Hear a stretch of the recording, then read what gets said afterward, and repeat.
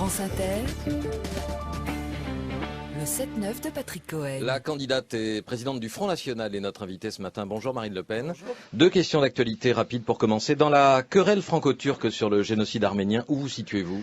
Je considère que Nicolas Sarkozy, pour des raisons purement électoralistes, a mis le feu aux poudres. C'est une absurdité, évidemment, que de s'être lancé dans le vote de cette loi qui ne concerne pas du tout la France. Électoraliste, c'est-à-dire pour plaire à la communauté arménienne ? Évidemment. Enfin, je veux dire, Nicolas Sarkozy a une vision commerciale de la politique. Par conséquent, il essaye de s'attraire des parts de marché. Alors, il y a les Arméniens, il y a eu un petit peu les homosexuels. Je pense que les prochains, ce sont les Harkis, à qui il fera des grandes œillades pour tenter d'obtenir leur vote.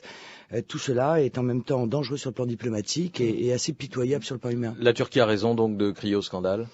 Mais la Turquie a raison surtout de demander à la France de s'occuper de ses affaires, vous voyez, parce que quitte honnêtement là pour le coup à reconnaître un massacre, on aurait pu reconnaître celui des Harkis peut-être, qui nous concerne beaucoup plus que le massacre des Arméniens.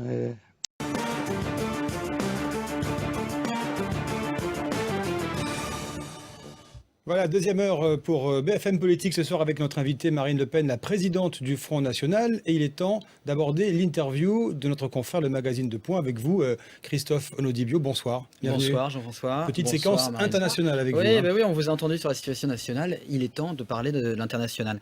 On vous a pas entendu sur la Turquie, sur ces manifestations. Je voudrais savoir ce que vous pensez de cette jeunesse qui en a assez des diktats religieux et des centres commerciaux d'ailleurs, et qui entend le dire.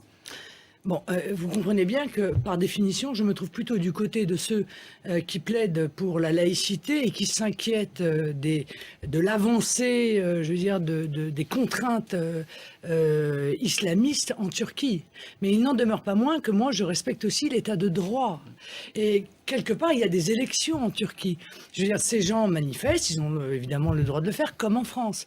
Mais le changement, il ne peut pas venir de manifestations violentes ou de pression de la rue. Enfin, violentes. Il vient... Elles ne sont pas violentes. Non, mais au fur et à mesure, de toute façon, si vous voulez, à un moment donné, quand on met des gens dans la rue, une fois, deux fois, 10 fois, et que ça grossit de plus en plus, il y a de toute façon, à un moment donné, des dérives violentes. Soit de la part d'un État qui cherche à contraindre, à contenir, soit de la part des manifestants qui cherchent à se faire entendre, peut-être de manière Donc ils ne devraient pas manifester. Brutale. Mais si, ils peuvent manifester. Mais je crois que le mieux, c'est quand même les urnes. Ce sont les élections. Oui, mais... Tous ces gens qui sont en désaccord, et encore une fois, je les comprends, eh bien, ils doivent s'exprimer lors des élections, puisque en Turquie, il y a un processus démocratique. Donc c'est lors de ce processus démocratique qu'il faut s'exprimer. Car vous comprenez bien que demain, je veux dire, tout manifestant qui voudrait venir jeter cul par-dessus tête un gouvernement dans n'importe quel pays démocratique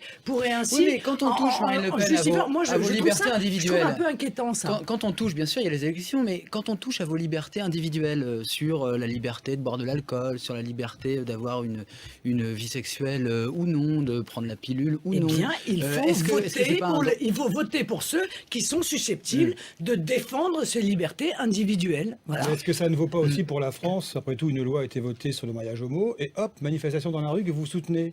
C'est deux poids, deux mesures. Non, mais encore une fois, je n'ai pas dit qu'il ne fallait pas qu'ils manifestent. Je dis qu'il ne faut pas, à mon sens, les pousser. Et j'ai l'assentiment que l'Union européenne, pour des raisons probablement qui ne sont pas dites, pousse... C'est-à-dire, qu'est-ce que ça pourrait être, selon vous ? Ce sont des problématiques internationales entre la Turquie, les États-Unis, etc. L'Union européenne ne peut pas pousser, si vous voulez, ces manifestants à peut-être tomber dans la violence et réclamer d'un gouvernement qui a été élu. Et encore une fois, M. Erdogan n'est pas mon ami, excusez-moi. J'essaye d'être juste, j'essaye de prendre du recul comme dans toute problématique qui m'est posée comme dirigeante politique. J'essaye d'être juste et de prendre du recul. Et je me dis que l'Union européenne joue là un jeu dangereux. Voilà. Il y a toujours le processus d'intégration de la Turquie qui continue. Le commissaire à l'élargissement l'a maintenu. Et j'y suis opposé. Et vous le savez, je l'ai dit sur 1000 tons, je suis opposé à l'entrée de la Turquie dans l'Union européenne, car la Turquie n'est pas un pays européen, ni historiquement, ni culturellement, ni géographiquement. Voilà. Il n'en demeure pas moins que souffler sur les braises d'une contestation de rue, comme le fait l'Union européenne, me paraît être dangereux, et un jour, le boomerang pourrait revenir à son point d'origine. C'est quoi le principal fait qui fait que vous avez dit géographiquement, historiquement, et ça, mais la principale raison, est-ce que c'est l'islam qui fait, donc la religion dominante en Turquie, qui fait que vous êtes opposé à cette entrée? Non, mais rien en Turquie n'est européen, si vous voulez. J'ai beaucoup de respect d'ailleurs pour la Turquie. On le voit là avec cette jeunesse, ils sont totalement, ils ont les mêmes aspirations mais j'ai que beaucoup de n'importe respect quel. pour la Turquie et pour les Turcs. Mais la Turquie n'est pas un pays européen. Donc déjà, je suis contre l'élargissement à des pays qui sont dans l'Europe. Par conséquent, je ne vais pas être pour l'élargissement à un pays comme la Turquie. Ça me paraît ahurissant. Oui, mais est-ce que cette jeunesse-là, qui réclame les mêmes choses que la jeunesse européenne, finalement, ne change pas un peu votre regard sur la Turquie, en voyant qu'il n'y a pas que des islamistes mais encore une fois, c'est votre regard sur la Turquie. Moi, je connais la Turquie, j'y suis allé 3 fois. Je connais très bien, j'ai fait tout le tour des côtes turques. Bon, par conséquent, je connais les Turcs. Je sais que je n'ai pas d'a priori sur la Turquie. Je sais quelle grande nation laïque elle fut.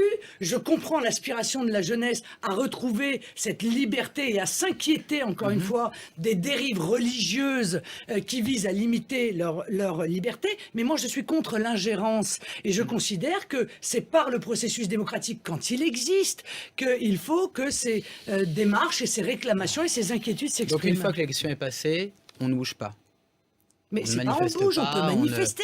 La liberté de manifester fait partie des libertés, des grandes libertés publiques. Vous pensez qu'on les encourage là à manifester, que l'Union européenne jouerait un jeu dangereux? Voilà, je m'étonne que l'Union européenne rappelle à l'ordre. C'est normal, il y a un processus d'intégration, donc il faut aussi qu'ils respectent un minimum de démocratie. Eh bien, chacun donc s'aperçoit. C'est pas caché, hein, il a dit Stéphane Fuller. Eh bien, chacun donc s'aperçoit que l'Union européenne, lorsqu'on veut y entrer ou lorsqu'on y est entré, eh bien, il n'y a plus de souveraineté du peuple.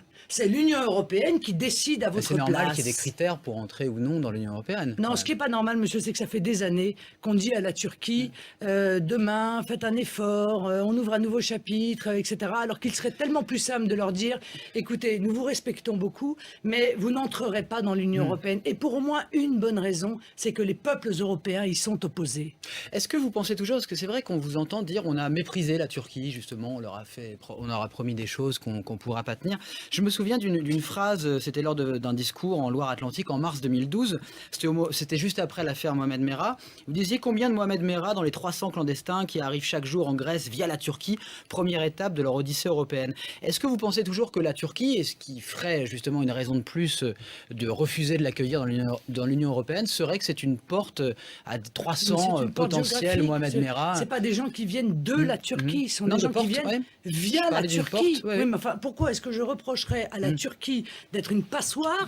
Est-ce que vous ne croyez pas que la logique et la justice voudraient que je d'abord condamne l'Union européenne d'être une passoire? Car ça n'est pas la Turquie qui est censée régler les problèmes de l'immigration de l'Union européenne. Au départ, ça devait être l'Union européenne. Moyennant quoi je dis que l'Union européenne est incapable de protéger nos frontières et que donc je suis pour la suspension totale de Schengen et que la France protège ses propres frontières car personne d'autre ne le fera mieux qu'elle.